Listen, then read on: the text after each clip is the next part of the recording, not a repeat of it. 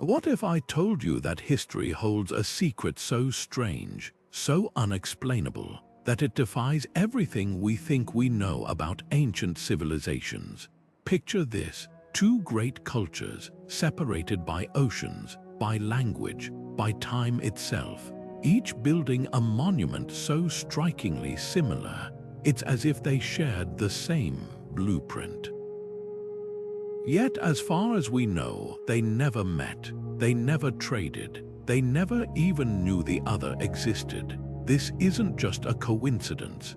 This is a mystery carved in stone, a puzzle left behind by the past, waiting for us to solve it. From the towering pyramids of Egypt to the steppe temples of Mesoamerica, these structures echo one another in ways that shouldn't be possible. The angles, the alignments, even the sacred symbols, all mirroring across continents like a message sent through time.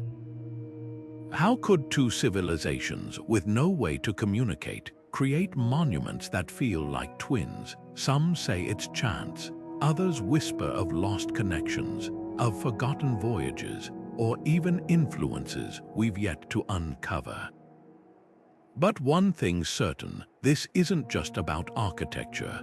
It's about the human spirit, the universal drive to reach for the heavens, to honor the divine, to leave a mark that outlasts empires. So today, we're setting out on a journey to unravel this enigma. We'll walk the halls of these ancient wonders, piece together the clues they left behind, and explore the theories that try to explain the impossible. Along the way, you'll see history in a new light, not as a series of isolated events, but as a web of mysteries still waiting to be solved. By the end, you might just question whether these civilizations were as separate as we've always believed. The truth is out there, hidden in the stones. All we have to do is look. The similarities between these ancient structures are so precise, they make you wonder if there's something deeper at play. Take the Great Pyramid of Giza and the Pyramid of the Sun at Teotihuacan, both built with staggering precision, their sides aligned almost perfectly with the cardinal directions. The Egyptians used the North Star to guide their measurements, while the Maya tracked the movement of Venus. Yet somehow, both cultures arrived at the same conclusion: that the heavens held the key to their sacred architecture. Even more intriguing, both pyramids were designed with narrow passageways leading to inner chambers, spaces reserved for rituals that connected the earthly and the divine. But the parallels don't stop there. Look at the ziggurats of Mesopotamia and the massive temple mounds of Cahokia in North America. Though separated by thousands of miles and years, both were built as towering artificial mountains, places where priests and rulers could ascend closer to the gods. The materials differed: brick in one, earth and timber in the other, but the idea was identical: to create a bridge between the human and the celestial. So how do we explain this? One theory suggests a shared human instinct, a kind of universal blueprint hardwired into our ancestors' minds. After all, if you're going to build something monumental, wouldn't you look to the sky for inspiration? Another possibility is that these cultures weren't as isolated as we think. Could there have been lost voyages, forgotten exchanges of knowledge that history simply didn't record? Or is the truth even more mysterious, something beyond our current understanding of the ancient world? What we do know is that these monuments weren't just buildings. They were statements, declarations of belief carved into the earth itself, and somehow, against all odds, that message was the same across continents. When you stand before the Great Pyramid of Giza and the Pyramid of Kukulkan at Chichen Itza, the resemblance is more than just visual, it's almost spiritual. Both rise from the earth in perfect geometric harmony, their staircases climbing toward the sky as if reaching for the gods themselves. The Egyptians built theirs as tombs for pharaohs, believing the structure would guide their rulers to the afterlife. The Maya, though separated by thousands of years and an entire ocean, constructed theirs as temples to Kukulkan, the feathered serpent deity who bridged heaven and earth. Yet despite these cultural differences, both civilizations chose the pyramid form, not just as a shape, but as a sacred language written in stone. What's even more fascinating is how these structures whisper the same celestial secrets. The Great Pyramid's sides align with near-perfect precision to the four cardinal directions, a feat requiring advanced knowledge of astronomy. Meanwhile, at Chichen Itza, the Pyramid of Kukulkan was designed so precisely that during the spring and autumn equinoxes, sunlight slithers down the steps like a serpent, an intentional, breathtaking effect tied to the Maya's intricate calendar system. Both cultures, with no known contact, used their pyramids as cosmic clocks, encoding their understanding of the stars into the very angles of the stone. Then there's the engineering. The Egyptians quarried massive limestone blocks, some weighing as much as 80 tons, and transported them miles across the desert. The Maya, working with smaller but equally precise stone blocks, fitted them together without mortar, their seams so tight you couldn't slide a blade between them. How did two societies, divided by time and geography, develop such similar techniques? Some argue it's convergent evolution, the idea that when faced with the same challenges, human minds arrive at similar solutions. But when the similarities stack this high, it's hard not to wonder if there's more to the story.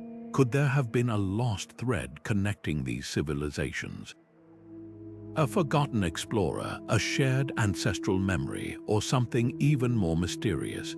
The truth may lie buried deeper than these monuments themselves. For now, all we have are the stones and the haunting question they pose across the ages.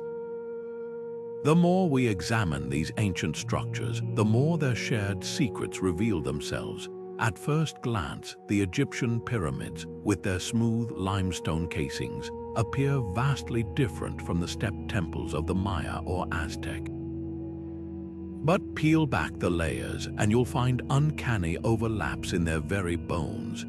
Both civilizations mastered the art of aligning their monuments to the cardinal directions with astonishing accuracy, a feat requiring not just technical skill, but a deep reverence for the cosmos. The Great Pyramid of Giza deviates from true north by just a fraction of a degree, while Teotihuacan's Pyramid of the Sun aligns so precisely that its western face marks the setting sun on specific ceremonial dates. This isn't just coincidence, it's a testament to how both cultures saw their buildings as earthly reflections of celestial order. Then there's the matter of sacred geometry. The Egyptians encoded mathematical constants like pi into the pyramid's dimensions, ratios that reappear halfway across the world in Mesoamerican structures. The Pyramid of Kukulkan, for instance, has 4 stairways with 91 steps each, totaling 364, plus the platform at the top, mirroring the days of the solar year. Similarly, the Egyptians designed their pyramids with passageways that align with Orion's belt, turning stone into a star map. These weren't just architectural choices, they were acts of devotion, a way to fuse human ambition with the rhythms of the universe.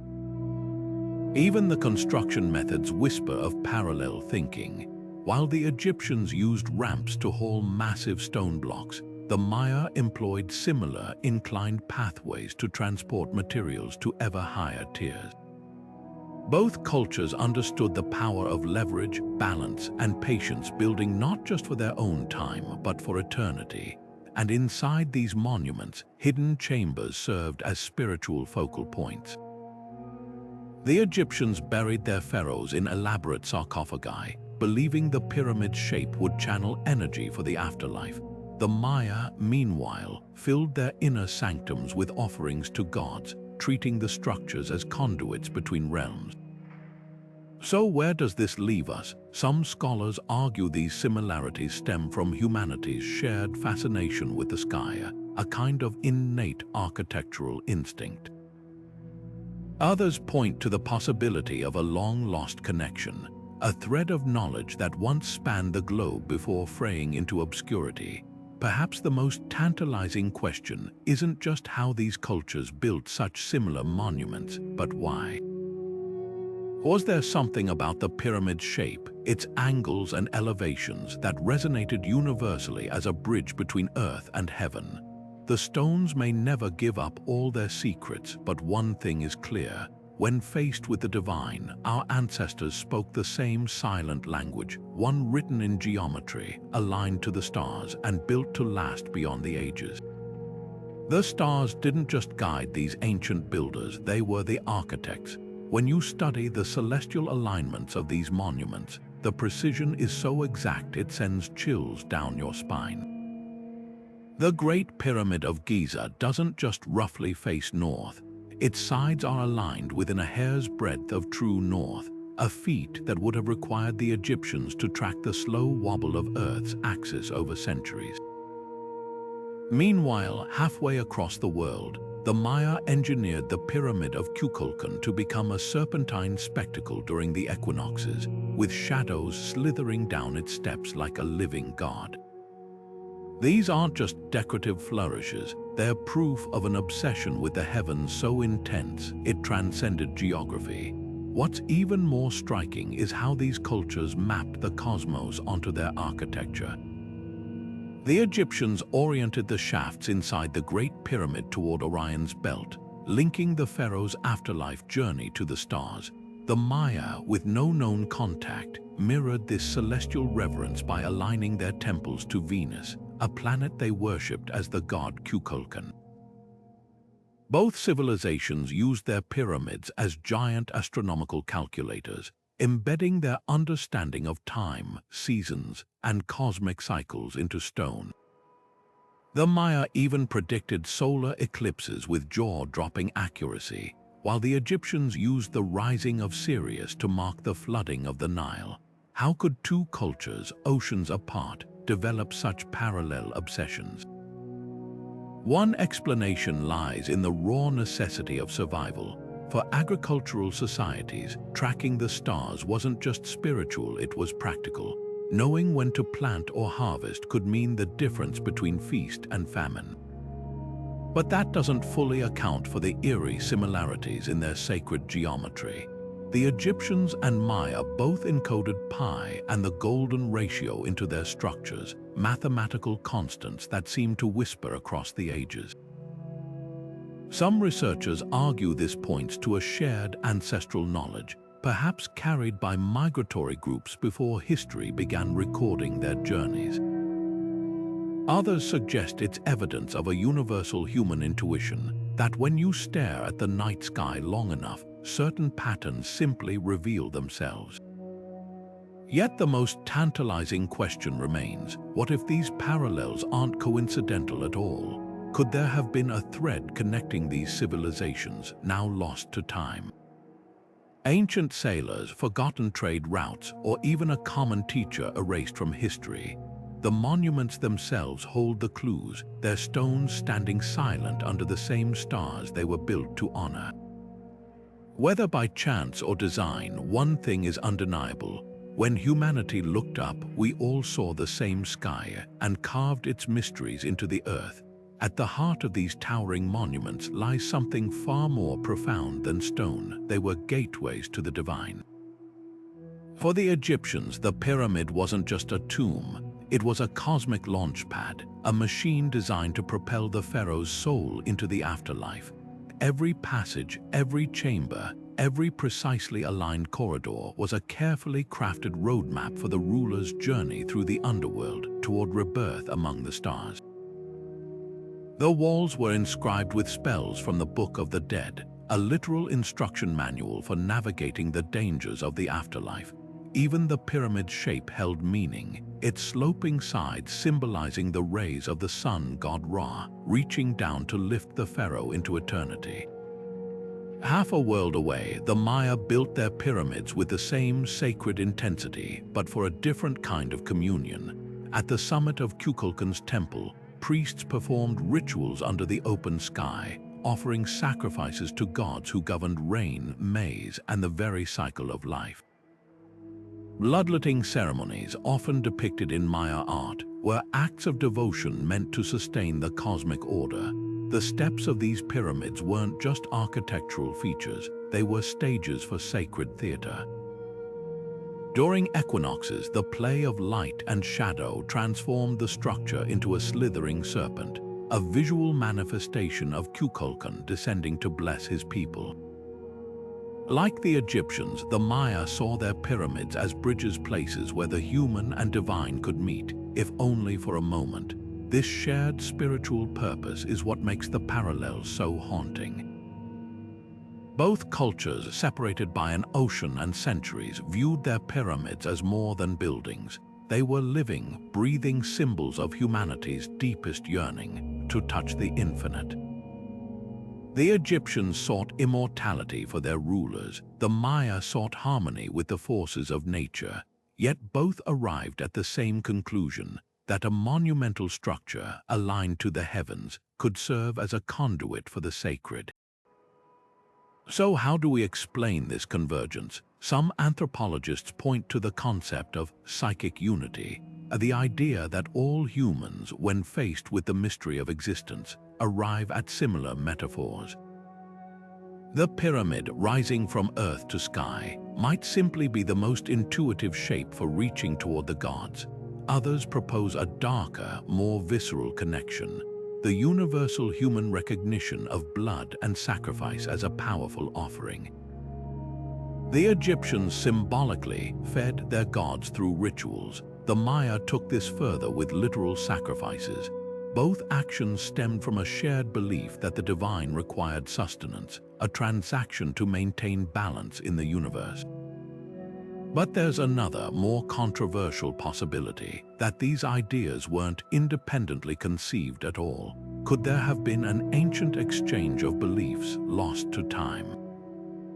We know the oceans were less of a barrier than we once thought. Polynesian voyagers crossed the Pacific in outrigger canoes. The Norse reached North America centuries before Columbus. Is it so unimaginable that earlier seafarers, their names erased by time, might have carried spiritual ideas between continents? The absence of evidence isn't evidence of absence, just a reminder of how much history has slipped through our fingers. What's undeniable is the emotional resonance these structures still hold. When you stand before them today, you're not just seeing stone, you're witnessing the crystallization of human awe, the moment our ancestors looked at the stars and decided to build something worthy of them. Whether by chance or connection, the pyramids remind us that the questions we ask about the divine might be as universal as the sky above. And perhaps that's the real mystery, not how these cultures built the same monuments, but why they felt the same irresistible pull to reach beyond the earth. Imagine lifting a stone block weighing as much as 2 elephants without cranes, without pulleys, without even the wheel. That was the daily reality for the builders of the Great Pyramid of Giza. The Egyptians quarried millions of limestone blocks, some weighing up to 80 tons from miles away. Then, with nothing but ropes, sledges, and sheer human ingenuity, they transported these colossal stones across the desert. Recent experiments suggest they might have wet the sand to reduce friction, turning it into a slick surface that made dragging the blocks possible. Once on site, the stones were lifted into place using a system of ramps, some straight, some zigzagging around the pyramid's rising tiers. The precision is staggering. The blocks fit together so tightly that you couldn't slide a razor blade between them. And all this was done with nothing more than copper chisels, wooden mallets, and an intimate understanding of geometry passed down through generations. Now shift your gaze across the Atlantic to the jungles of Mesoamerica. The Maya faced a different set of challenges, but their solutions were no less brilliant. Instead of limestone, they worked with locally quarried volcanic stone, cutting it into smaller, more manageable blocks. But here's where it gets fascinating. They didn't use mortar in the way we think of it. Instead, they crushed limestone into a paste, mixed it with water, and created a kind of concrete that hardened over time. This allowed them to build towering structures like the Temple of Kukulkan, with its 9 stepped platforms rising nearly 100 feet into the air. The Maya also mastered the art of corbelled arches, stacking stones in such a way that each layer slightly overhung the one below, creating a stable, vaulted ceiling without the need for keystones. What's truly mind-bending is how both civilizations tackled the same engineering puzzles with such parallel creativity. Take leveling, for instance. The Egyptians used a network of water-filled trenches to ensure their pyramid's foundation was perfectly flat. The Maya, lacking large bodies of water nearby, developed their own method. They built intricate systems of retaining walls and filled dirt, compacting layers upon layers until the ground was stable and level. Both cultures also understood the importance of drainage. The Egyptians incorporated hidden channels within the pyramid to divert rainwater, while the Maya designed their plazas with subtle slopes to prevent flooding during torrential downpours. But perhaps the most striking similarity is their shared reverence for precision. The Egyptians aligned the Great Pyramid to true north with an error margin of just 1/15 of a degree.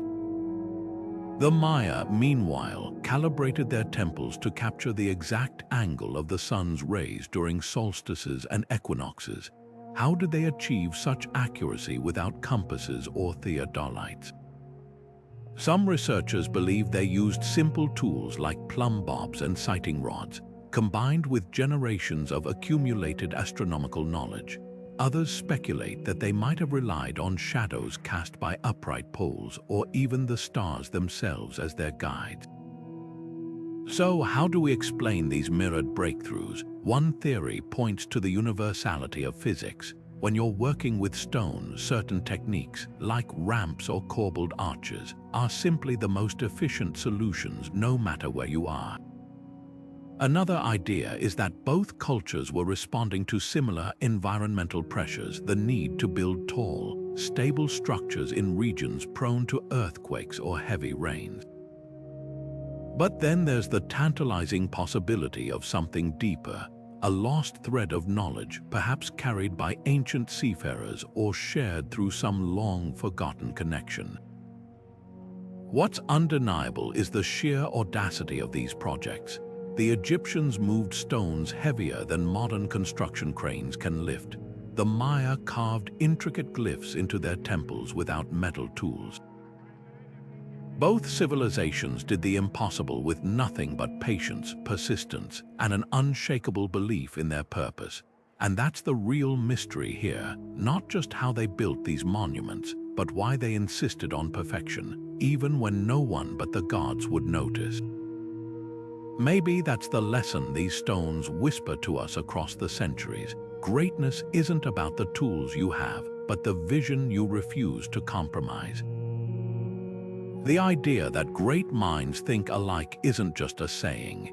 It might be the key to unlocking this ancient mystery. Scholars who support the theory of independent development point to something called convergent cultural evolution, where societies facing similar challenges arrive at startlingly similar solutions, even when separated by vast distances. Think of it like two chefs in different continents inventing the same dish without ever meeting. They had access to similar ingredients, stone, manpower, ambition, and the same hunger to create something extraordinary. For both the Egyptians and the Maya, pyramids weren't just buildings. They were the ultimate symbols of power, faith, and cosmic order. When you rule a society where religion and politics are inseparable, constructing a monument that touches the sky isn't just impressive, it's essential.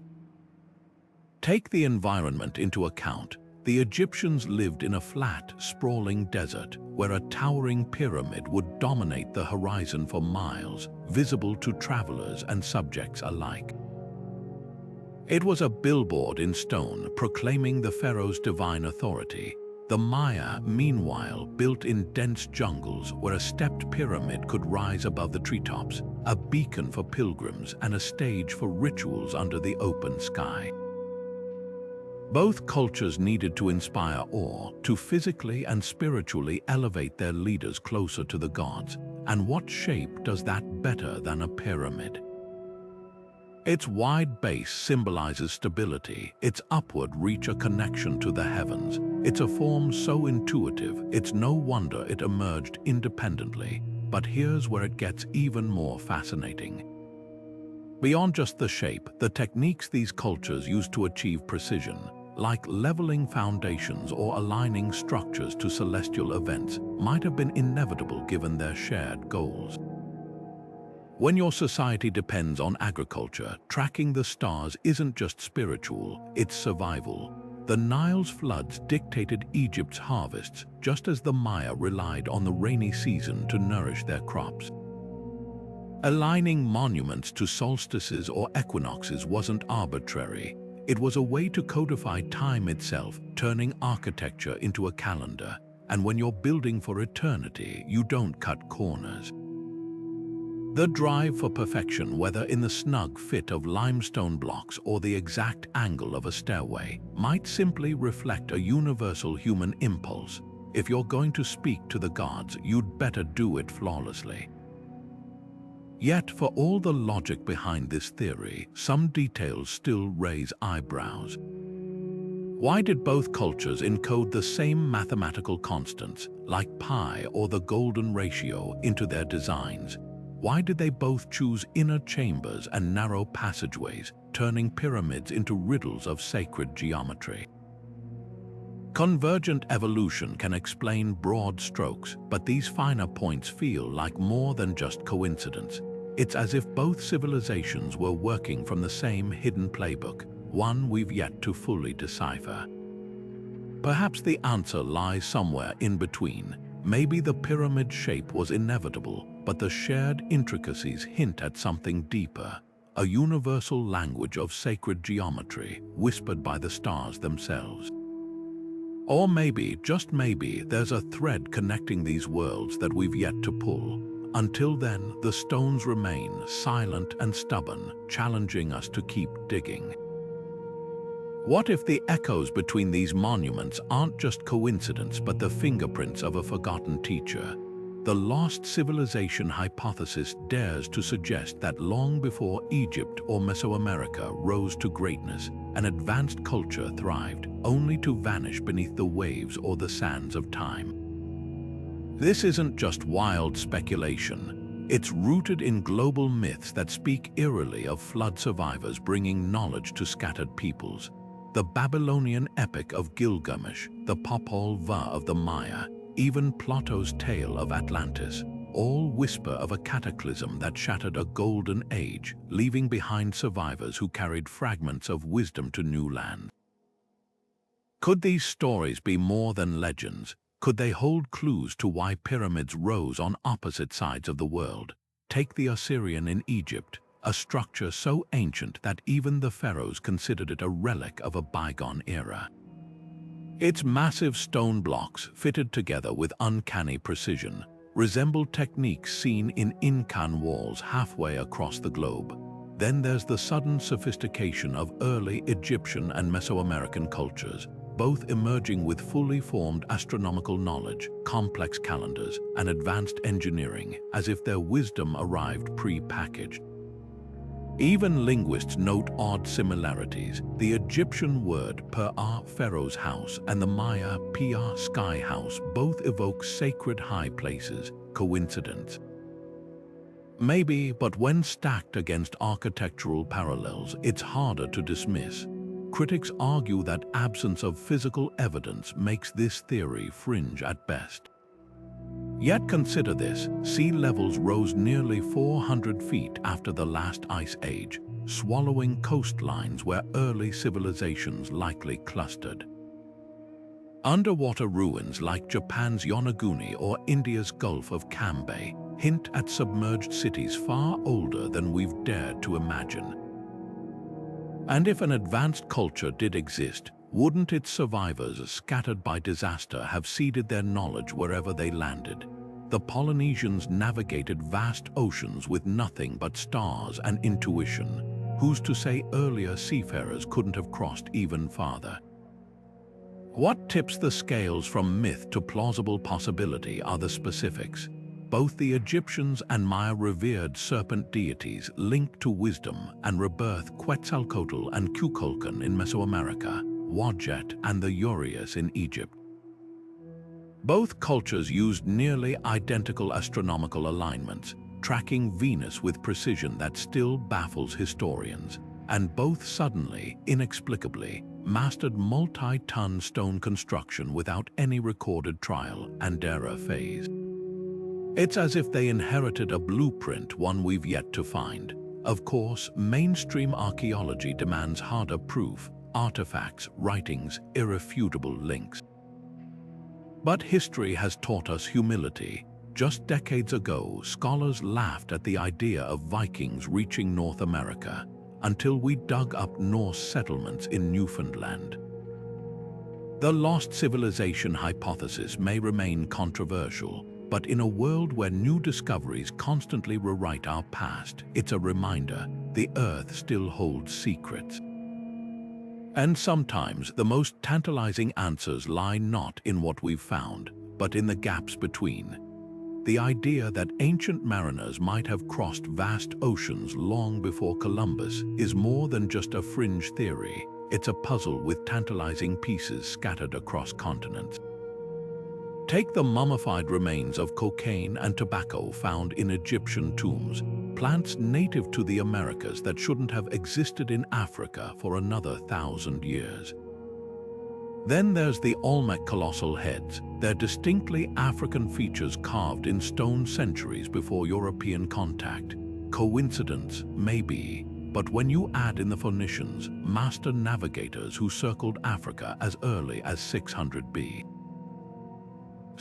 or the Polynesians who settled islands across the Pacific using stars and currents alone, the idea of transoceanic voyages starts to feel less like fantasy and more like forgotten history. Artifacts whisper of these possible connections. In Mexico's La Venta, archaeologists uncovered a jade figurine with an uncanny resemblance to an Egyptian scribe, complete with a headdress and seated posture eerily similar to Old Kingdom statues. Meanwhile, in the Mississippi Valley, ancient copper artifacts show trace elements matching ore from Michigan's Upper Peninsula, but also, mysteriously, from sources as far away as the Mediterranean. Even language holds curious echoes. The Maya word for sun is Kayin, while the Egyptian hieroglyph for the sun god Ra is a circle, almost identical to the Maya day sign Kayinish. These aren't just isolated quirks, they're threads in a tapestry we're still learning to read, yet mainstream archaeology pushes back, and for good reason. Without definitive proof, a sunken ship in the mid-Atlantic, an inscription in both hieroglyphs and Mayan script, the theory remains speculative. The cocaine in mummies. Contamination, some argue. The African-looking Olmec heads, stylized local rulers, not visitors from afar, and those linguistic parallels, random chance in a world where sounds and symbols are bound to overlap eventually. But here's what's fascinating. Even skeptics admit that humans have always been more mobile than we assume. The peopling of the Americas itself, once thought to be a single migration over the Bering Land Bridge, now looks like a series of voyages along coastlines, some possibly from Europe or even Oceania. So where does that leave us? Maybe the truth isn't as simple as Egyptians docking in Veracruz or Polynesians trading with Peru. Instead, imagine a world where knowledge trickled across oceans in fits and starts. A Bronze Age sailor blown off course, a shipwrecked crew sharing stories before vanishing into the local population. These encounters might have been brief, their traces faint, but they could explain why two cultures carved serpent gods with wings or built pyramids to the same stars. The ocean wasn't just a barrier, it was a highway, and our ancestors might have been its most daring travelers. Until we find that smoking gun, or it finds us, the mystery remains as vast and deep as the seas themselves. Serpents slither through these ancient cultures like a shared dream coiled around staffs in Egypt, descending pyramid steps in Mesoamerica, their symbolism striking the same chords across oceans. The Egyptians worshipped Wadjet, the cobra goddess who protected pharaohs, her image flaring from the royal headdress as a symbol of divine authority. Meanwhile, the Maya revered Kukulkan, the feathered serpent whose undulating shadow marked the equinoxes at Chichen Itza. Both civilizations saw serpents not as threats, but as bridges between earth and sky, life and rebirth, the mortal and the divine. Parallels don't stop at mythology. Carvings in Egypt's temples show serpents encircling solar discs, while Maya stelae depict them coiled around rulers like living scepters. Could this be mere coincidence, or is it evidence of something deeper stirring beneath the surface of history? Then there's the sun, a symbol so universal, yet treated with eerie similarity. The Egyptians depicted Ra as a disk with outstretched wings, a motif echoed in Maya art where solar glyphs radiate like stylized sunbeams. Both cultures aligned their greatest monuments to solar events, turning stone into celestial calendars. The Great Pyramid's equinox alignment creates a shadow phenomenon dividing its face into light and dark, mirroring the Maya's obsession with solar zenith passages. Even their number systems whisper of shared reverence, the 365-day calendar appearing independently yet perfected with near-identical precision. The Egyptians divided their year into 12 months of 30 days, plus 5 sacred days. The Maya broke theirs into 18 months of 20 days, plus 5 unlucky days. That both arrived at the same solar count despite different mathematical approaches, hints at either a universal human instinct for tracking time or a shared source we've yet to uncover. Dig deeper and the connections grow stranger. Consider the sacred numbers woven into their cosmologies. The Egyptians prized the number 7, representing the celestial bodies visible to the naked eye. The Maya venerated 9, the layers of the underworld in their belief system. Yet both encoded these numbers into their architecture. The Great Pyramid's original casing stones reflected 7 distinct layers, while Maya pyramids like Tukul's Temple of the Jaguar rise in 9-step terraces. Even the concept of a world tree, an axis connecting heaven, earth, and the underworld, appears in both traditions. The Egyptians envisioned the Djed pillar, a symbolic backbone of Osiris. The Maya painted the ceiba tree stretching through cosmic realms in their codices. So how do we untangle this web of symbols? One school of thought argues for archetypes, that certain images like serpents or solar discs are hardwired into the human psyche. Carl Jung called these collective unconscious symbols, patterns that emerge independently across cultures because they resonate with universal human fears and aspirations. The serpent shedding its skin becomes a natural metaphor for renewal. The sun, governing life and death, demands veneration. But another perspective suggests these motifs traveled along routes we've yet to map. The Olmecs, predecessors of the Maya, traded jade across astonishing distances. Could their networks have stretched farther than we imagine? Perhaps the most compelling evidence lies in what's missing. If these symbols spread through contact, where are the transitional artifacts, the carvings, the texts, the shipwrecks that prove the connection? Their absence doesn't disprove the theory, it just deepens the mystery. Maybe the shared motifs aren't about direct exchange, but about something more profound, a shared way of seeing the world, where the serpent's sinuous grace and the sun's relentless cycle spoke a language every culture understood. The stones may not give up their secrets easily, but they whisper one truth, whether by chance or design. Humanity's oldest symbols transcend time and geography, binding us to the same celestial story. Legends have a way of preserving truths that history books sometimes miss. In Egypt, the god Thoth emerged from the primordial waters, not just as a scribe of the gods, but as the very architect of knowledge itself, writing, mathematics. Even the movements of the stars were said to be his gifts to humanity. He's often depicted with the head of an ibis, a bird that migrates across vast distances, as if hinting at origins beyond the Nile. Meanwhile, across the Atlantic, the feathered serpent Quetzalcoatl stirred the imaginations of the Maya and Aztec, a deity who didn't just bring wisdom but was said to have arrived from the east, promising to return one day.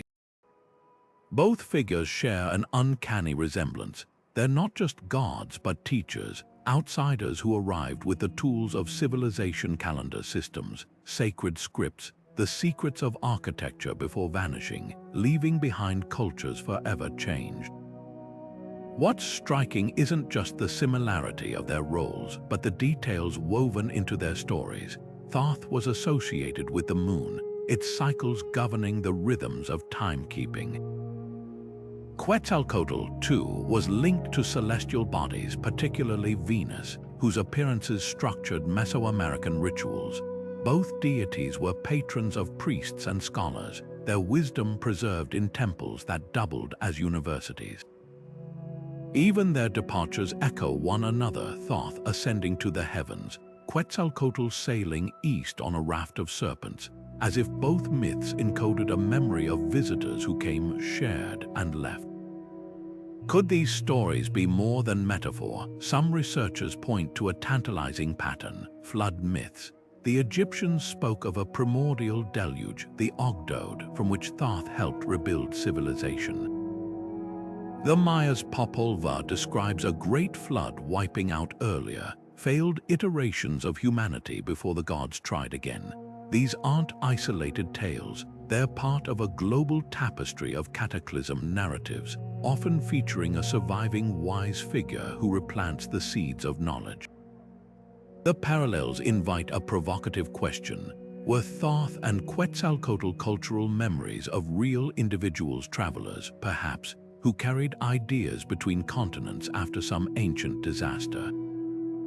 Skeptics argue that shared motifs in mythology are inevitable after all. Every culture needs origin stories, and wise teachers make compelling protagonists.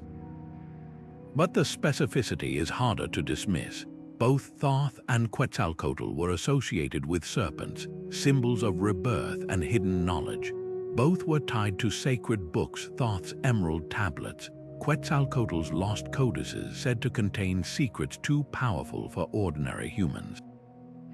Even their conflicts mirror one another. Thoth battles chaos incarnate, the serpent Apep, while Quetzalcoatl's nemesis is Tezcatlipoca, a trickster who thrives on disorder.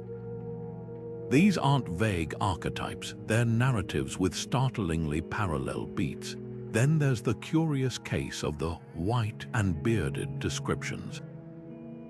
Spanish chroniclers recorded Aztec accounts of Quetzalcoatl as a pale-skinned, bearded figure, traits uncommon among indigenous Mesoamericans. Intriguingly, similar descriptions appear in Inca legends of Viracocha, another wisdom-bearing deity who arrived from the sea. While some dismiss this as colonial-era revisionism, others wonder if these stories preserved encounters with foreign visitors long before Europeans arrived. Could Thoth's ibis-headed form, a being neither fully human nor animal, be another cultural translation of an outsider's appearance? The most compelling argument for a shared memory might lie in what these gods left behind. Thoth's legacy was hieroglyphs, a writing system that, like Maya glyphs, blended pictograms with phonetic elements. Both scripts weren't just practical tools but sacred art, their very shapes imbued with divine power. Quetzalcoatl, meanwhile, was credited with inventing the Mesoamerican calendar, a system as precise as Egypt's, both tracking Venus with eerie accuracy. When gods teach the same things, it's worth asking whether those lessons came from the same source. Of course, proving ancient contact through myths is like trying to catch smoke with your hands. Stories shift over centuries, details blur, and human imagination fills the gaps.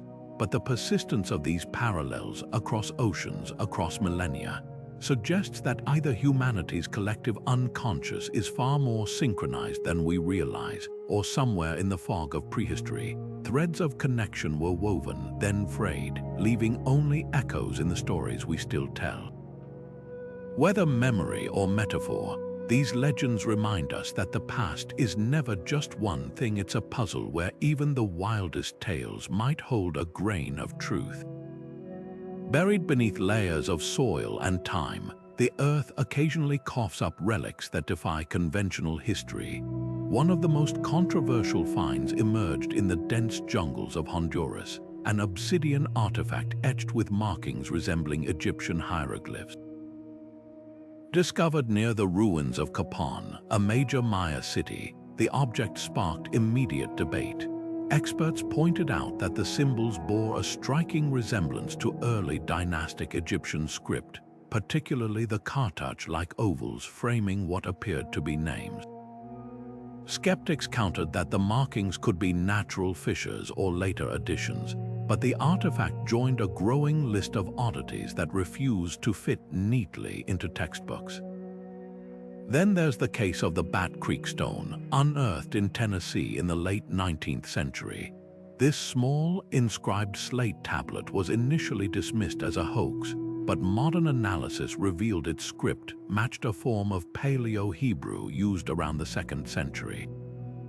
If genuine, it suggests transatlantic contact long before Columbus. Even more provocative are the so-called Egyptian mummies found in the Canary Islands. Their wrappings and burial posture mirroring Nile Valley practices, yet carbon dated to a period when the islands were supposedly uninhabited by advanced cultures. These outliers aren't just academic curiosities, they're cracks in the foundation of our understanding, places where the past whispers that the map might be missing entire continents of human interaction. But for every tantalizing artifact, there's a counter-argument. Take the infamous cocaine mummies, Egyptian remains with traces of nicotine and coca leaves, plants native to the Americas. Some researchers hailed this as smoking gun proof of pre-Columbian trade, while others demonstrated how contamination or misidentified compounds could explain the results. Similarly, claims of Phoenician coins in Brazil or Roman amphorae in Mexican waters often crumble under scrutiny, their provenance muddled by colonial-era collectors or outright forgery. The line between breakthrough and blunder is razor-thin, and archaeology demands more than just intriguing coincidences.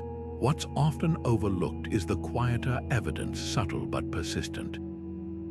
Analysis of ancient dental records reveals that some pre-Columbian skulls in the Americas show tooth modifications identical to African practices.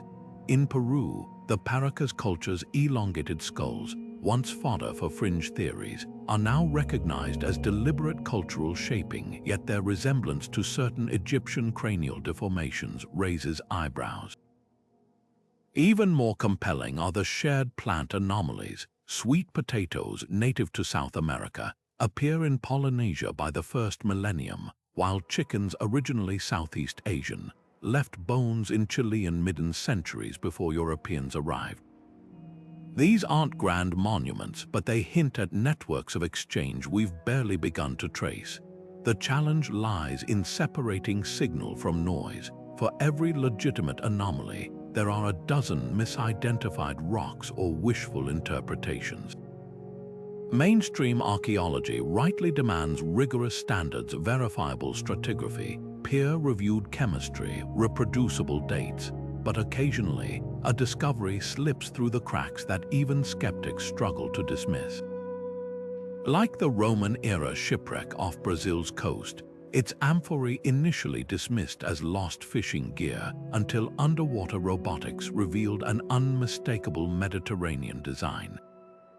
Or the Olmec cave paintings depicting dark-skinned figures with headgear eerily reminiscent of Nubian styles, found thousands of miles from Africa. Perhaps the most telling clue isn't in the artifacts themselves, but in their distribution.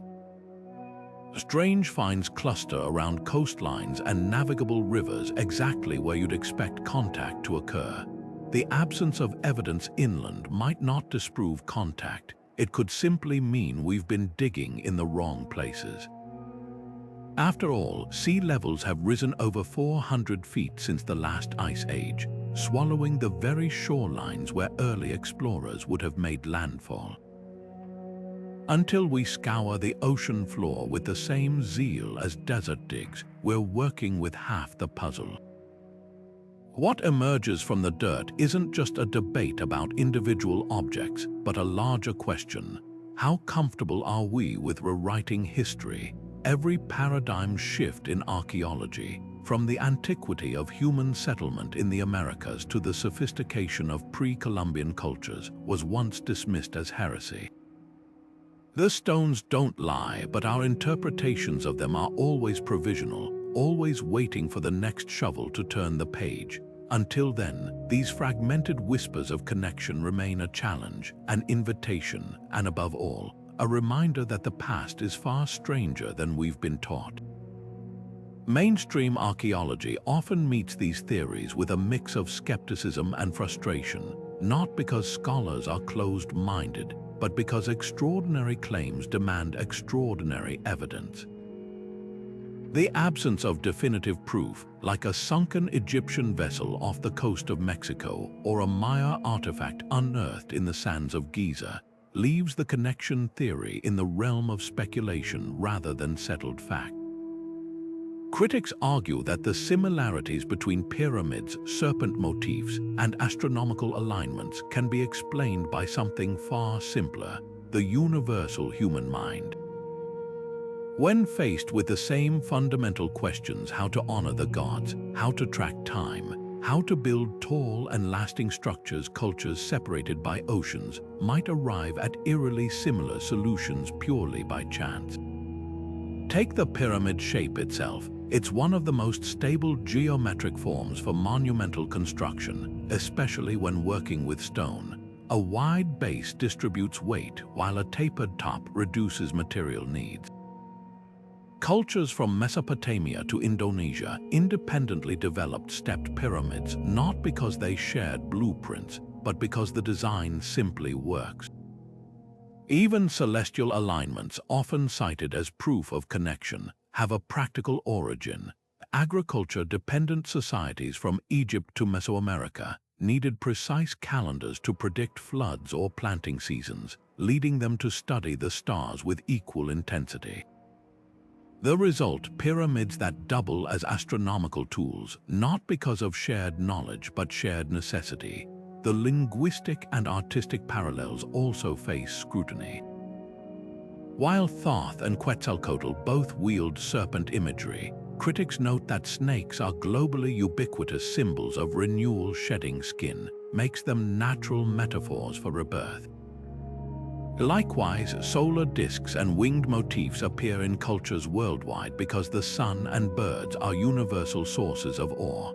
As for the white and bearded descriptions of Quetzalcoatl, many anthropologists attribute these to post-colonial influences, where indigenous narratives were reshaped by contact with Europeans. The Bat Creek stone and similar artifacts, most have been debunked as hoaxes or misidentifications, their tantalizing features explained by natural erosion or later tampering. Perhaps the strongest counterargument lies in the silence of the archaeological record. If transoceanic contact was frequent enough to influence monumental architecture and religion, where are the trade goods, the tools, the DNA evidence? The Olmecs left behind tons of jade artifacts, yet none show traces of Egyptian or Mesopotamian craftsmanship. The ancient Egyptians documented trade with Punt and the Levant in meticulous detail, while no records of a land beyond the western horizon. Even the cocaine mummies have alternative explanations: contamination during handling, or the possibility that related plants once grew in Africa before going extinct. That's not to say the debate is settled.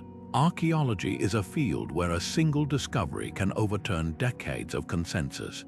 The 2007 finding of pre-Columbian chicken bones in Chile, linked genetically to Polynesian fowl, forced scholars to reconsider the possibility of Pacific crossings.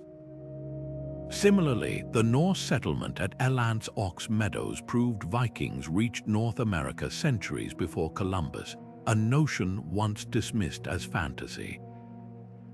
The lesson: absence of evidence isn't always evidence of absence, but until a smoking gun emerges, the default position remains skepticism. What's fascinating, though, is how this divide reflects two ways of seeing human history. One camp views ancient cultures as isolated laboratories of innovation, each inventing solutions anew. The other imagines a more interconnected world where ideas flowed as freely as the ocean currents. Both agree on one thing: the pyramids, whether built in isolation or inspired by distant teachers, stand as testaments to human ingenuity, and that, in the end, might be the most compelling connection of all. Mathematics might be the closest thing we have to a universal language, and when you examine the numbers behind these ancient monuments, the conversation gets even stranger. The Egyptians and the Maya didn't just build pyramids, they encoded their understanding of the cosmos into the very angles and proportions of their structures.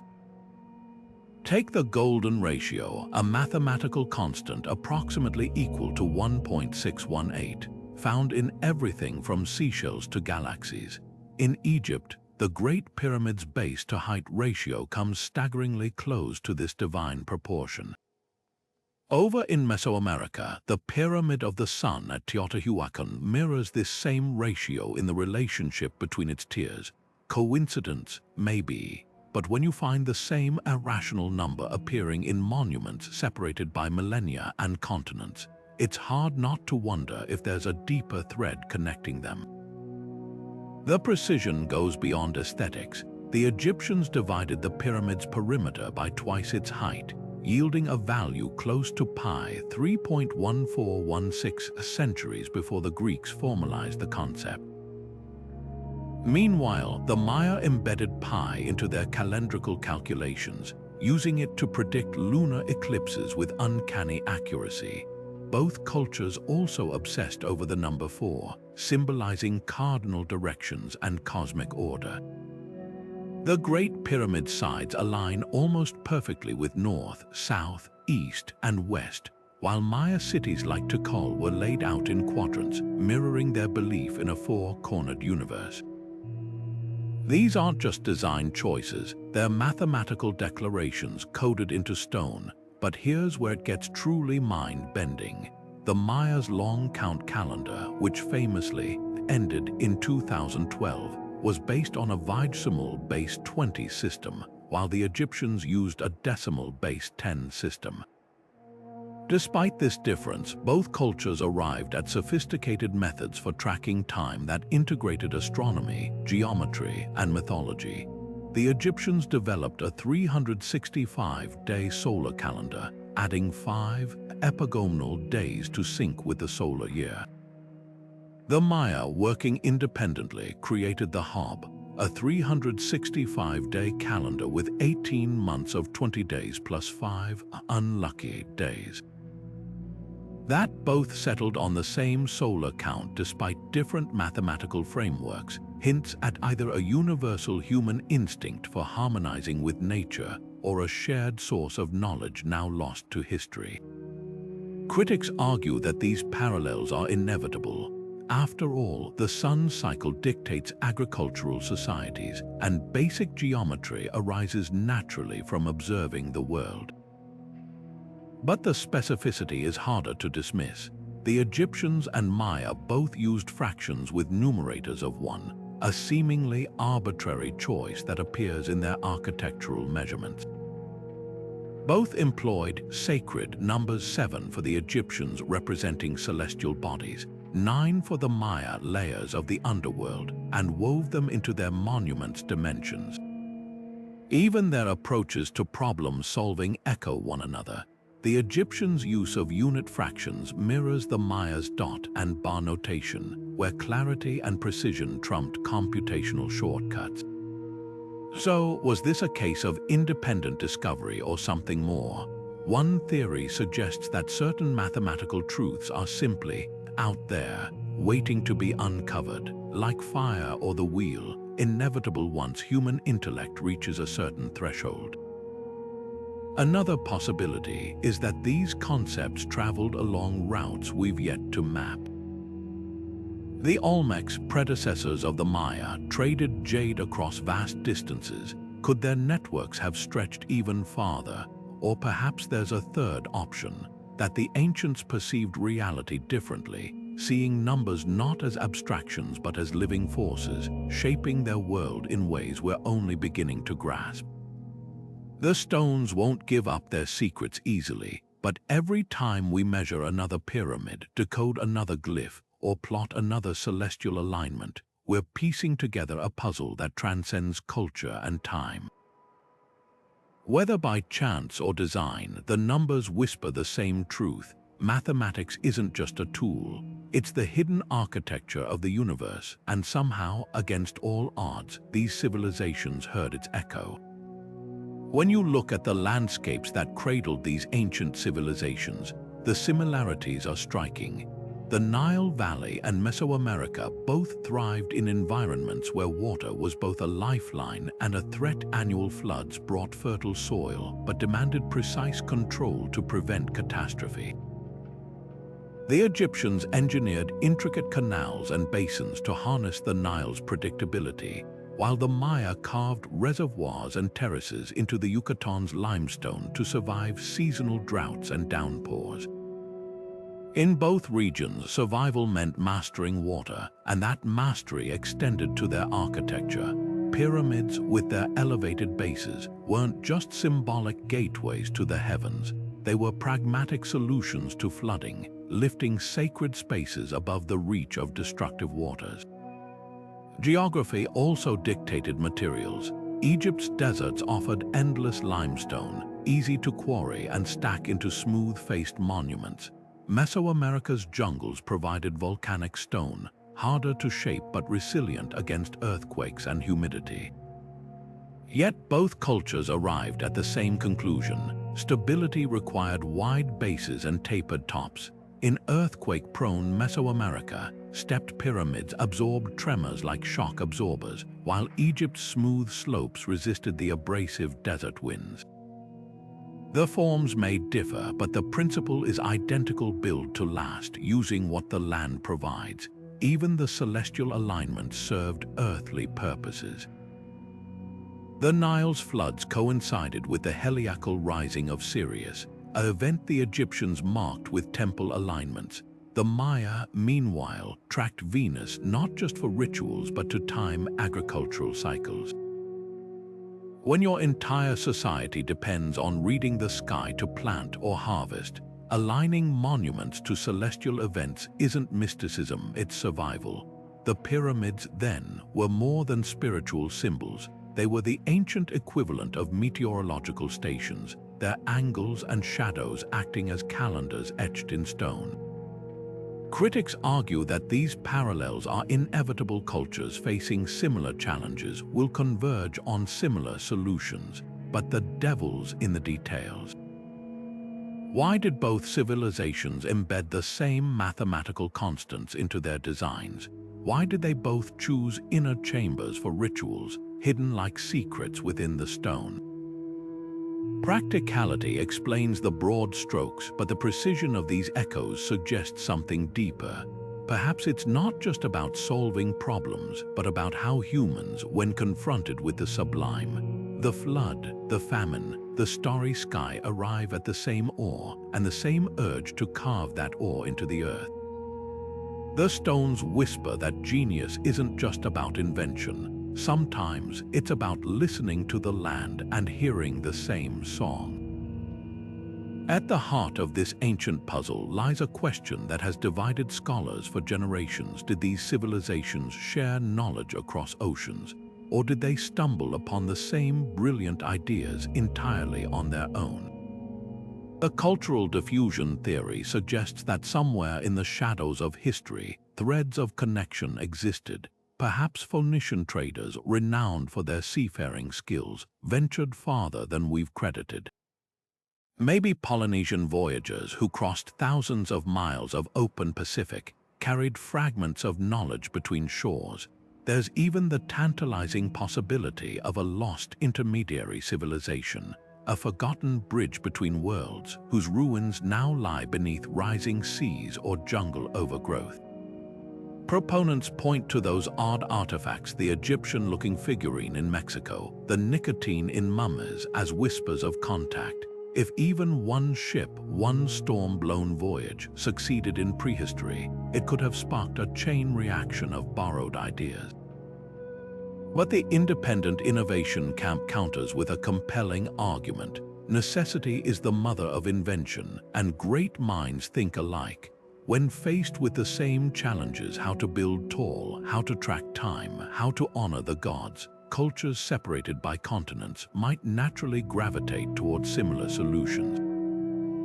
Pyramids aren't just spiritual symbols, they're structurally sound. Aligning buildings to the stars isn't mysticism, it's practical astronomy for agrarian societies. Even the serpent symbolism makes sense universally. What creature better embodies rebirth than one that sheds its skin? This perspective celebrates human ingenuity, suggesting that the same sparks of genius can flare up simultaneously in distant lands without any outside influence. The debate sharpens when we examine the timeline. Egypt's pyramid building peak predates Mesoamerica's by over 2,000 years, plenty of time for ideas to travel, if indirectly. Yet there's no clear trail of stepping stones, no archaeological breadcrumbs linking the two. Independent innovation advocates highlight how the Maya and Egyptians used their pyramids differently, tombs versus temples, and employed distinct construction techniques. If knowledge was shared, why not share the finer details?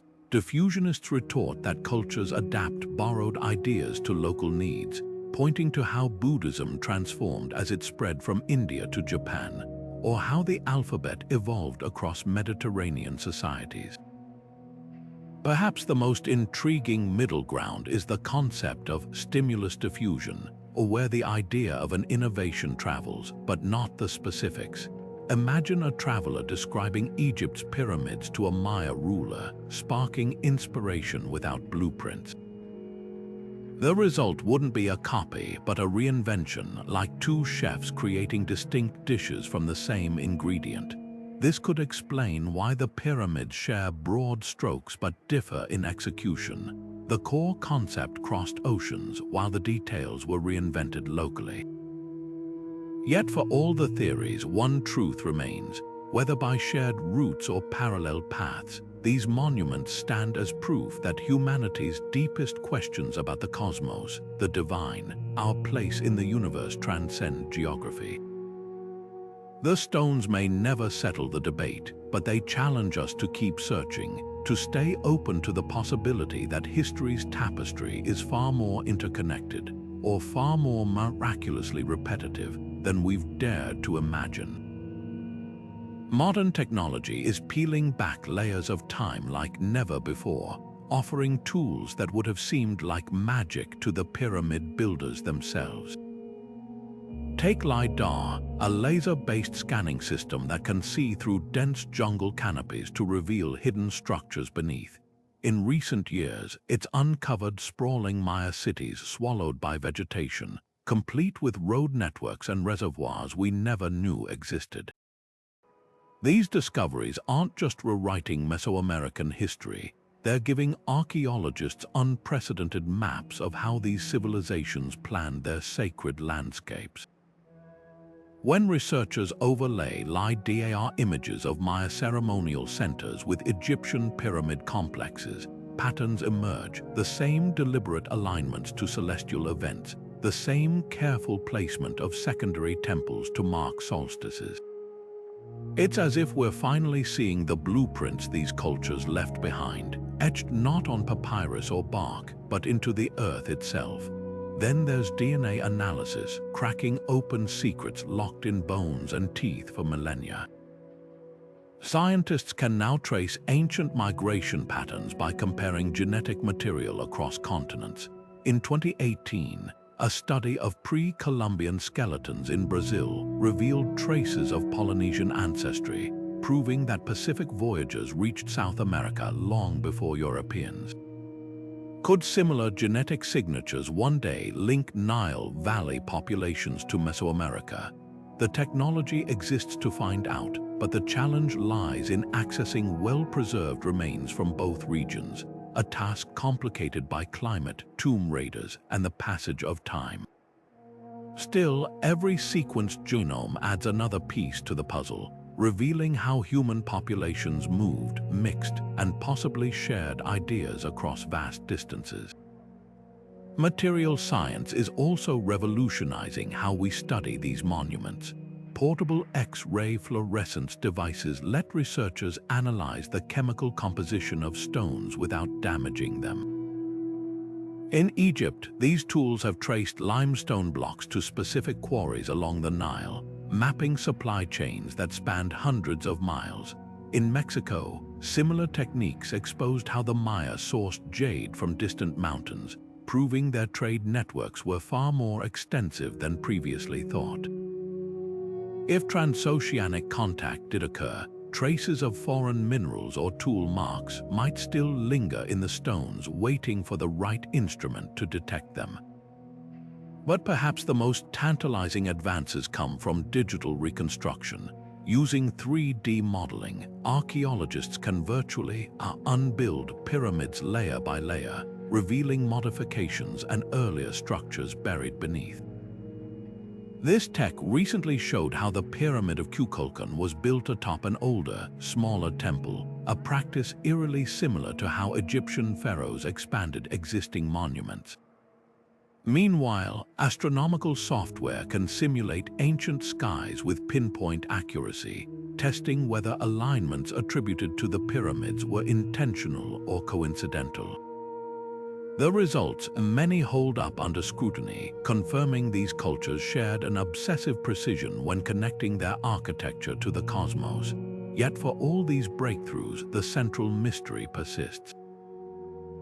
Technology can show us how these civilizations built their monuments, but not necessarily why they chose such strikingly similar forms. Some researchers now turn to artificial intelligence, feeding it vast databases of global myths, architectural styles, and genetic data to spot connections humans might miss. Early experiments have flagged shared motifs like serpent deities or flood legends that appear too frequently across disconnected cultures to dismiss as chance. But even AI can't yet distinguish between universal human psychology and genuine cultural exchange.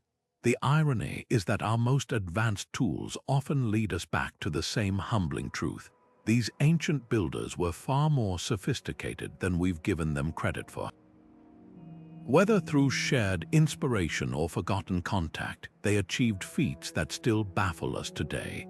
As one archaeologist put it while staring at LiDAR images of a lost Maya city, we're not just finding new ruins, we're realizing how little we ever knew.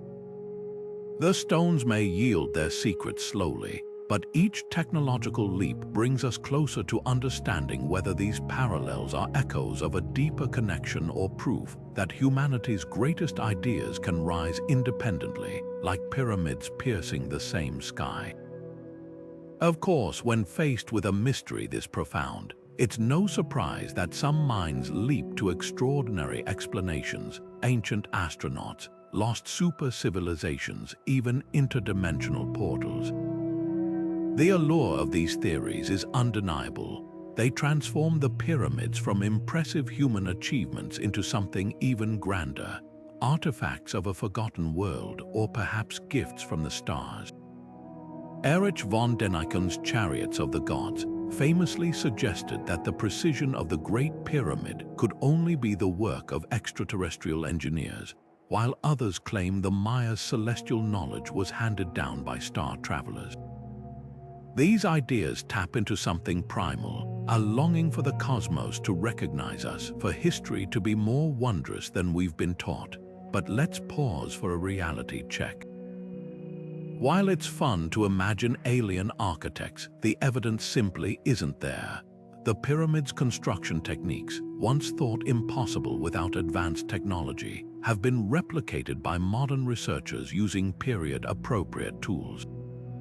Archaeologists have uncovered worker settlements near Giza, complete with bakeries and hospitals, proving the pyramids were human endeavors, not divine handouts.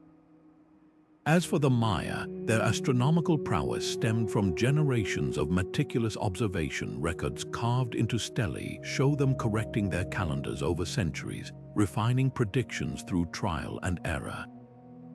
These weren't passive recipients of alien wisdom, they were scientists in their own right. Then there's Atlantis, Plato's sunken kingdom, often dragged into these debates. Ignatius Donnelly's 19th century book Atlantis, The Antediluvian World, proposed it as the mother culture behind global pyramids, a theory that still echoes in documentaries and online forums. The problem: Plato's Atlantis was likely allegorical, a moral fable about hubris, and no geological evidence supports a mid-Atlantic cataclysm. Yet the myth persists because it offers a tidy solution, a single, glamorous source for all the world's ancient marvels. It's easier to imagine a golden city beneath the waves than to accept that multiple cultures could independently scale the heights of genius. What's most revealing about these fringe theories isn't their validity, but why they resonate. They speak to a discomfort with gaps in the historical record, a hunger for narratives that feel bigger than the slow grind of human progress. When we can't yet explain how the Egyptians leveled the Great Pyramid's foundation to within a fraction of an inch, or how the Maya calculated Venus's cycles with such precision, it's tempting to fill those blanks with cosmic intervention. But archaeology is a puzzle with missing pieces. Absence of evidence isn't evidence of aliens. That said, dismissing these ideas outright misses their cultural value.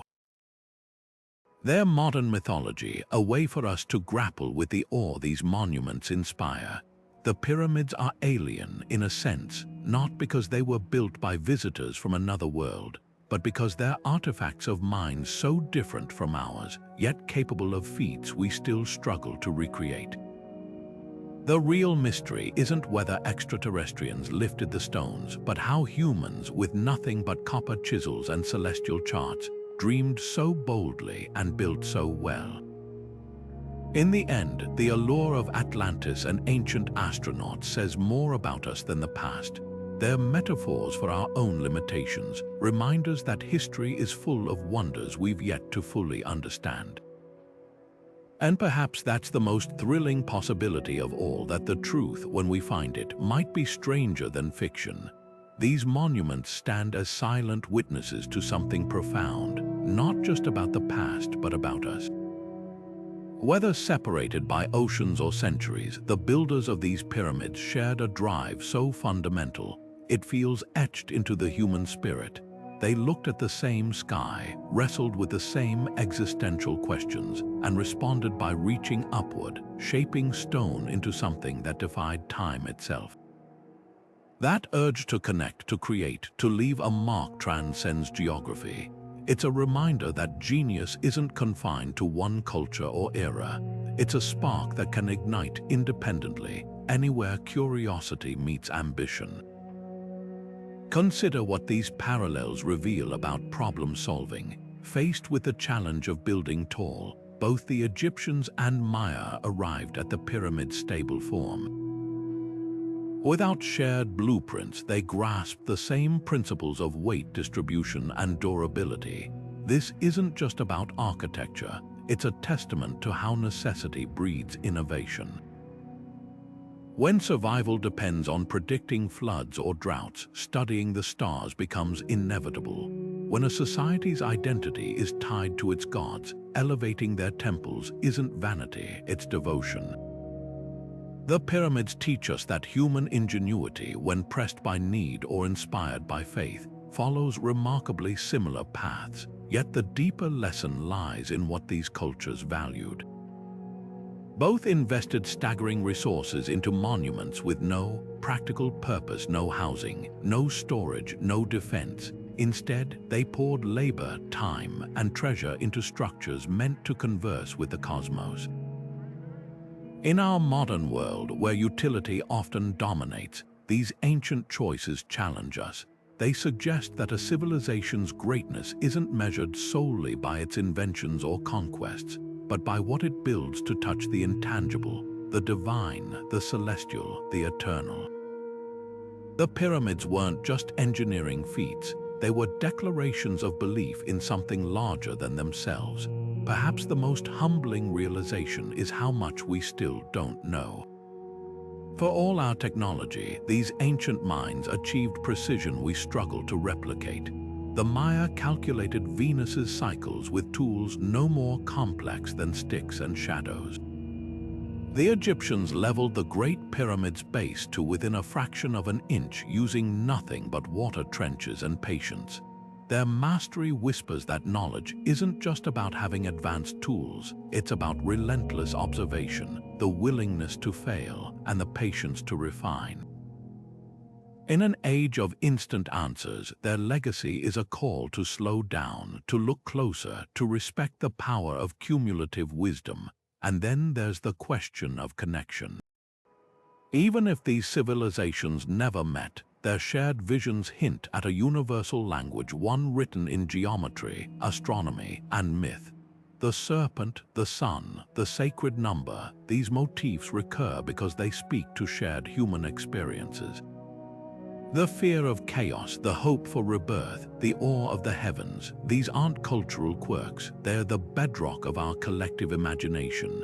The pyramids remind us that beneath our surface differences, we're all asking the same questions, just in different dialects.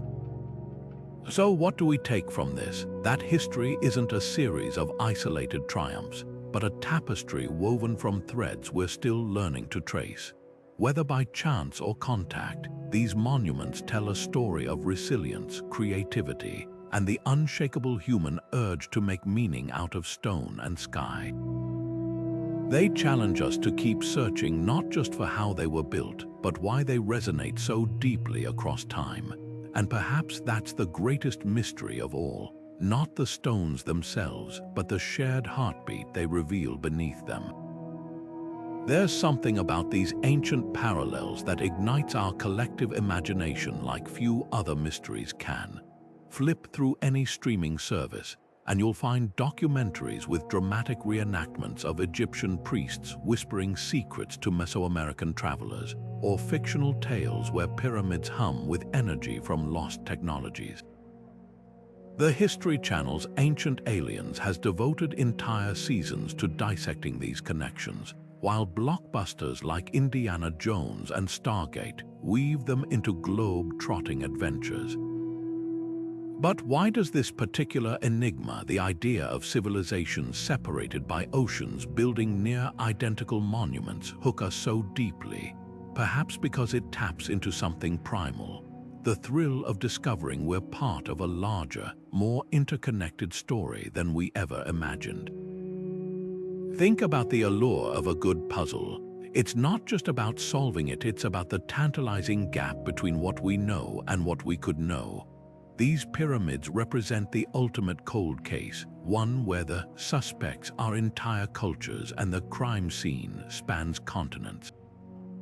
When experts debate whether the similarities are coincidence or evidence of lost contact, it's not just an academic exercise. It's a high-stakes intellectual drama where the verdict could rewrite history itself. That tension between mainstream archaeology's cautious skepticism and the bold claims of alternative theorists keeps audiences glued to the screen. We're wired to root for the underdog, and the idea that a handful of artifacts or a reinterpreted myth could overturn centuries of scholarship is irresistibly compelling. But there's a deeper layer to this fascination. In an age where algorithms dictate our tastes and globalization can make the world feel homogenized, these ancient mysteries offer something rare, a sense of wonder. They remind us that the past isn't a static timeline in a textbook, but a living, breathing riddle still waiting to be unraveled. Shows like Expedition, Unknown, or podcasts like The Fall of Civilizations thrive because they frame history as an active pursuit, a treasure hunt where the next discovery might lurk in a newly deciphered glyph or a LiDAR scan of uncharted jungle. The pyramids, with their silent precision, become characters in that story, silent witnesses daring us to decode their secrets. Pop culture also latches onto these themes because they mirror our own existential questions. If two civilizations could build the same monuments without contact, what does that say about human creativity? Are we all following some invisible script, or is there a forgotten thread tying us together? Films like Arrival or Interstellar explore similar territory, blending science and speculation to ask whether certain ideas are universal. The pyramids become a canvas for those bigger musings, their stones echoing with possibilities that challenge our understanding of progress and innovation. Even the controversies surrounding these theories feed their popularity. When a documentary claims to have proof of transoceanic contact, the ensuing debates played out in YouTube comments and academic journals alike turn history into a spectator sport. Audiences love a good intellectual showdown, and few topics deliver it as consistently as this one. The clash between established institutions and rogue researchers mirrors age-old narratives of rebellion and discovery, making the quest for answers feel as epic as the monuments themselves. At its core, this enduring fascination speaks to a simple truth: we crave connection. Whether it's the thrill of imagining seafaring ancestors bridging continents, or the humbling idea that genius can emerge independently across time and space, these mysteries remind us that history is anything but settled. They invite us to look at the pyramids not as relics, but as invitations to question, to explore, and to wonder what other echoes of the past might still be waiting for us to hear them. The stones have spoken, but their story isn't finished. With every technological leap and archaeological breakthrough, we peel back another layer of this ancient mystery, revealing just how much we still don't know. The next frontier lies in the intersection of cutting-edge science and old-fashioned digging, where satellite imaging meets soil samples, and DNA analysis shakes hands with deciphering forgotten scripts. One of the most promising avenues, underwater archaeology. Rising sea levels since the last ice age have swallowed coastlines that once thrived with human activity. Off the shores of India's Gulf of Cambay, sonar has revealed what appear to be submerged city walls, while near Cuba, strange geometric shapes on the ocean floor hint at structures too precise to be natural. If prehistory's greatest seafarers left traces of transoceanic contact, the evidence might lie beneath the waves, waiting for submersible drones to uncover it. Equally exciting is the potential of biomolecular archaeology. Imagine analyzing the residues inside Maya pottery vessels or Egyptian canopic jars, not just for what they held, but for the genetic fingerprints of the people who handled them. Recent advances in isolating ancient proteins could reveal the presence of individuals from unexpected regions, perhaps a Nubian trader's touch on a Mesoamerican artifact, or traces of South American plants in an Egyptian tomb. The key might not be grand inscriptions or shipwrecks, but microscopic clues invisible to the naked eye. Already, studies of dental calculus, the hardened plaque on ancient teeth, have exposed long-distance trade in spices and medicines we never knew existed. Then there's the untapped power of crowdsourced discovery. Platforms like Global Explorer enlist amateur archaeologists to scour satellite images for hidden ruins, turning millions of curious eyes into a collective research tool. In 2017, this approach led to the identification of thousands of potential sites in Peru alone. Apply this to the Nile Delta or the Yucatan, and who knows what lost connections might surface. Even linguistic analysis is entering a new era, with AI algorithms comparing hieroglyphic and Maya glyph patterns for overlooked parallels, searching for what human scholars might have missed. But perhaps the most transformative tool is one we've only begun to harness: ancient DNA. As extraction techniques improve, we're recovering genetic material from increasingly degraded samples, bone fragments, mummified tissue, even the dirt of burial sites. A single genome from the right individual could rewrite history. Picture this: a child's skeleton in a Maya tomb, their DNA revealing ancestry from across the Atlantic. Or an Egyptian mummy with markers pointing to Polynesia. Such a find would shatter decades of academic consensus overnight. Until then, projects like the Paleogenomics Lab at Harvard are building databases of ancient genomes, creating a global family tree that might one day reveal unexpected branches. Of course, technology alone won't solve the puzzle. Traditional fieldwork still has revelations to offer. In 2022, archaeologists using ground-penetrating radar in the Guatemalan jungle uncovered a sprawling network of Maya roads, proof of an interconnected society far more mobile than we'd assumed. Similar surveys near Egypt's lesser-known pyramids are revealing administrative centers that hint at a workforce with surprising sophistication.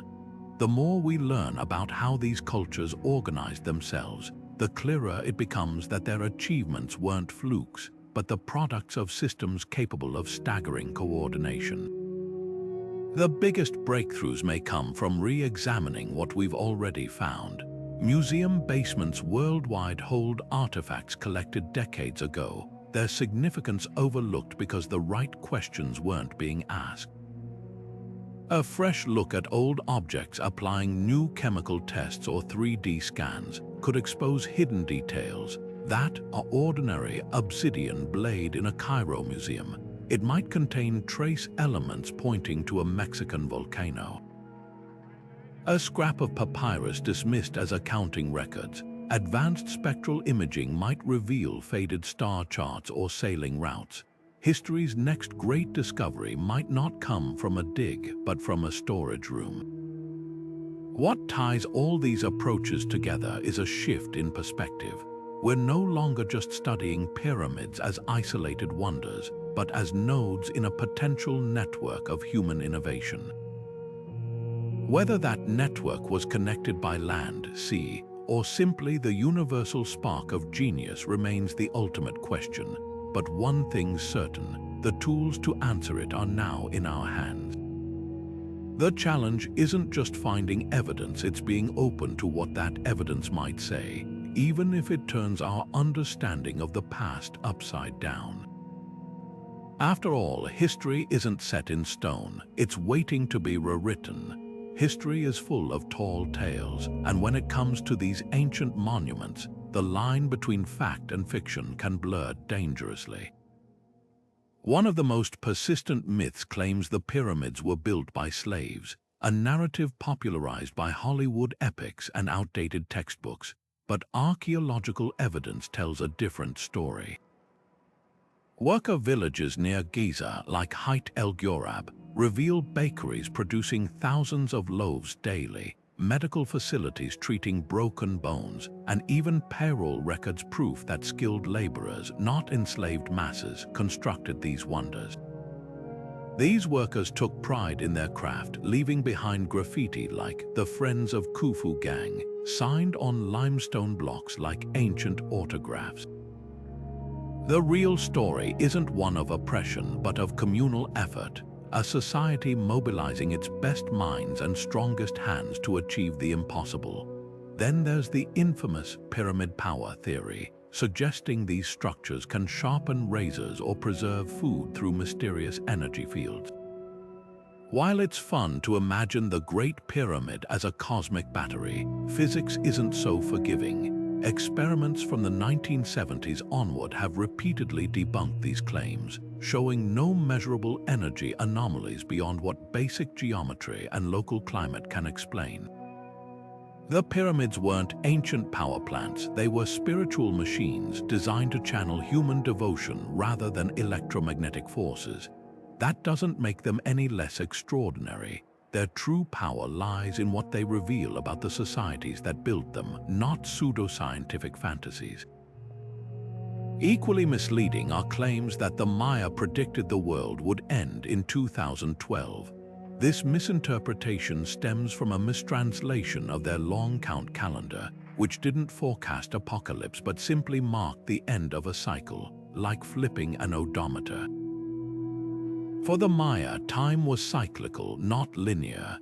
Their inscriptions actually describe celebrations planned for the calendar's renewal, complete with references to future generations. Modern pop culture twisted their sophisticated astronomy into doomsday hype, overshadowing their real achievement. A calendar so precise it accounted for lunar cycles and planetary movements better than any European system for centuries.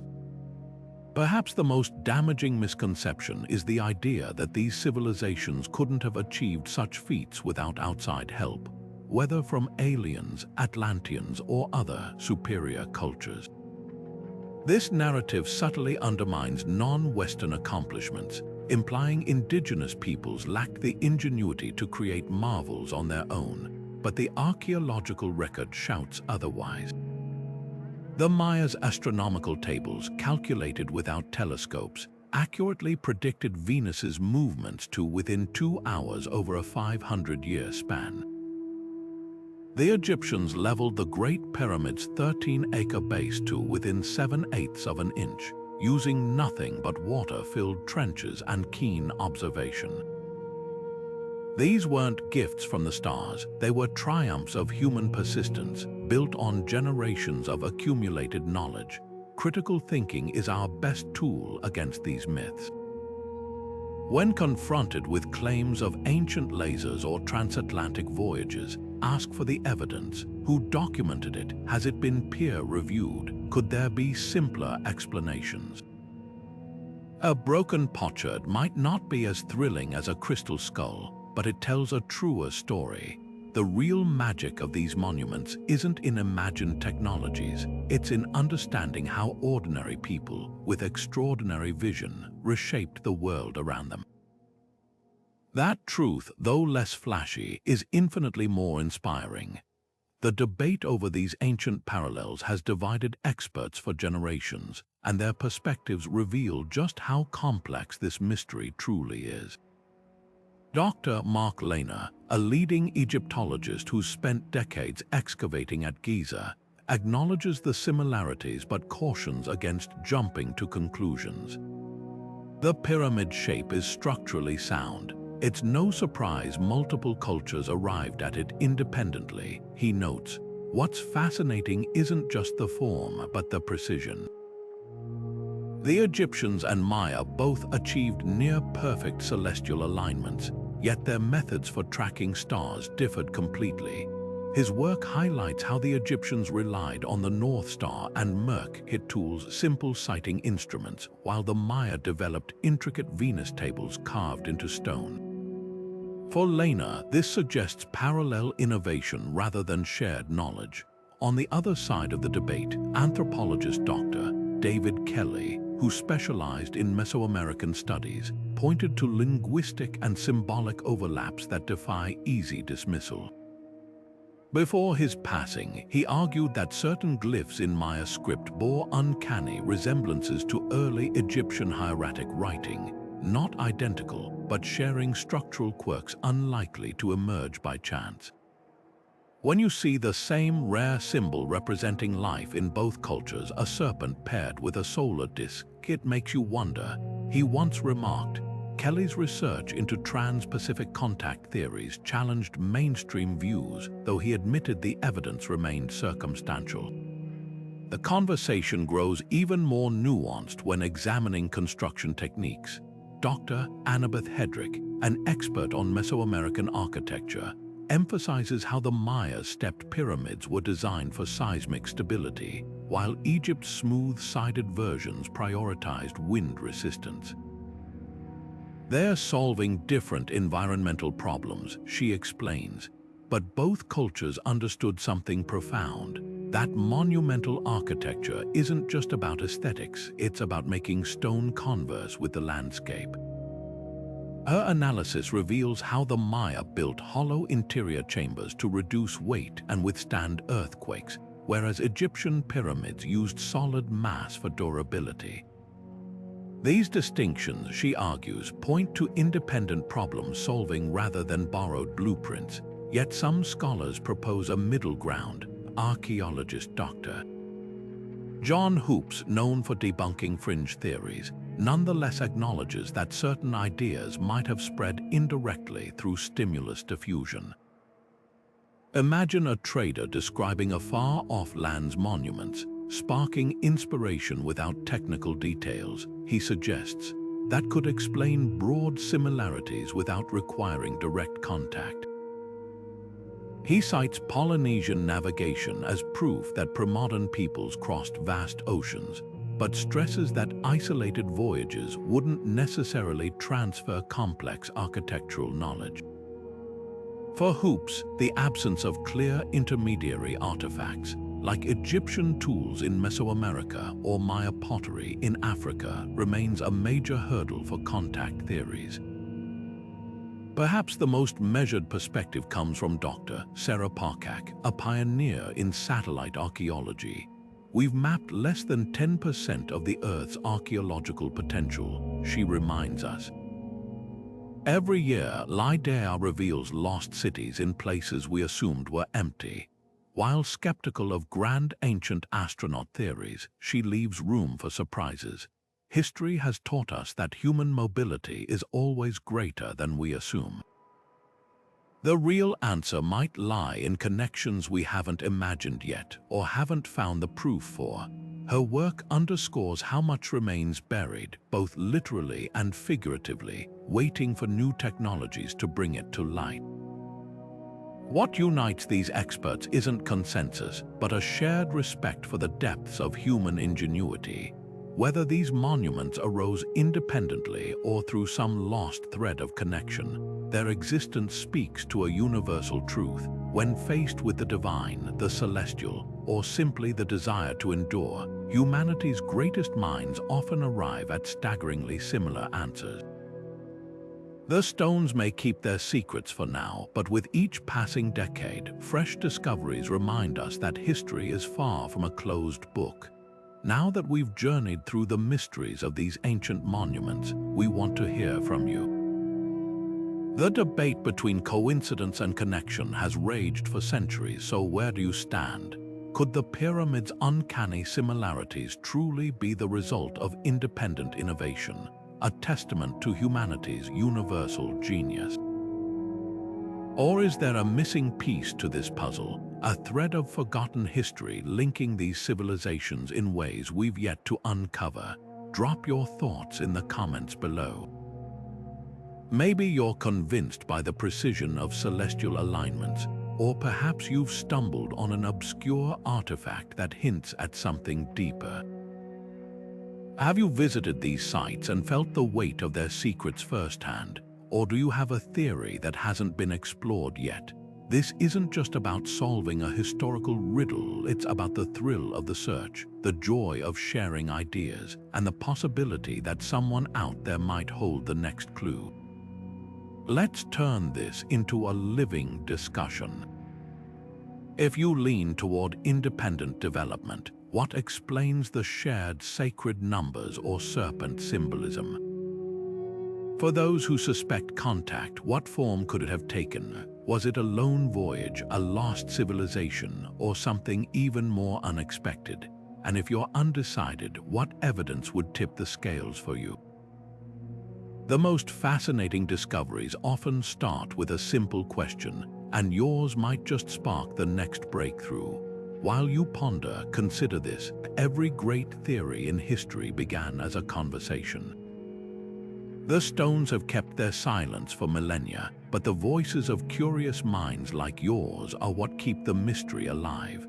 So whether you're a seasoned archaeology buff or just love a good enigma, dive into the comments and let's see where the discussion takes us. Who knows, the key to unraveling this ancient secret might be hiding in plain sight, waiting for the right perspective to bring it to light. The mystery of these mirrored monuments may never have a single, satisfying answer, and perhaps that's the point. What makes these ancient wonders so compelling isn't just their grandeur, but the questions they force us to confront about human ingenuity itself. Were the Egyptians and Maya tapping into some universal architectural instinct, a shared language of sacred geometry whispered by the stars? Or does the truth lie in fragments of history we've yet to piece together, scattered clues of voyages, exchanges, or even a forgotten teacher whose name has been erased by time? The beauty of this enigma is that both possibilities are equally extraordinary. Think of it this way: if these civilizations did invent their pyramids independently, it reveals something profound about the human mind.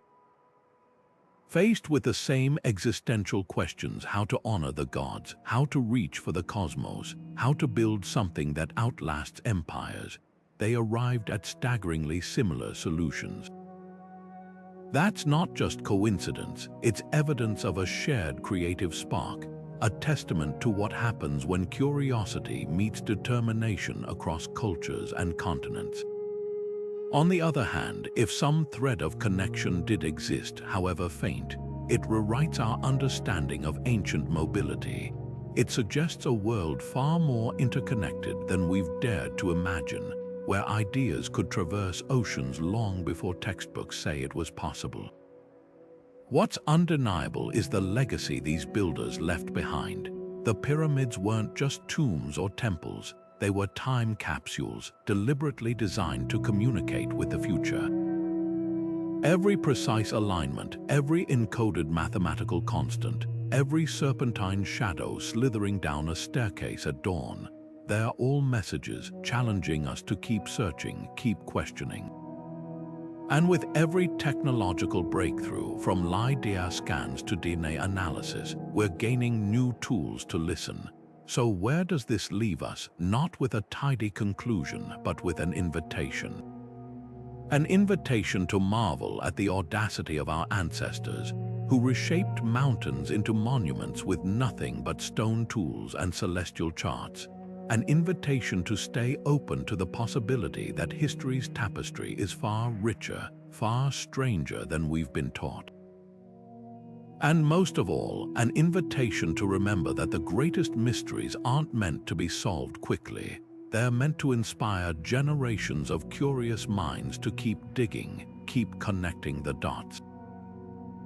The next chapter of this story is being written right now, in university labs and jungle excavations, in the quiet scrutiny of artifacts and the bold reimagining of old assumptions.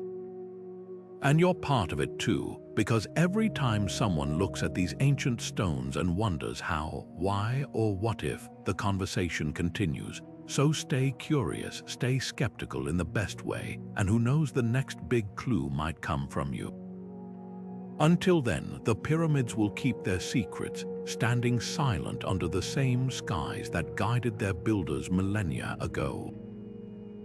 And really, what could be more thrilling than a mystery that still has the power to surprise us? If this journey through ancient mysteries left you as captivated as we are, why not dive deeper with us?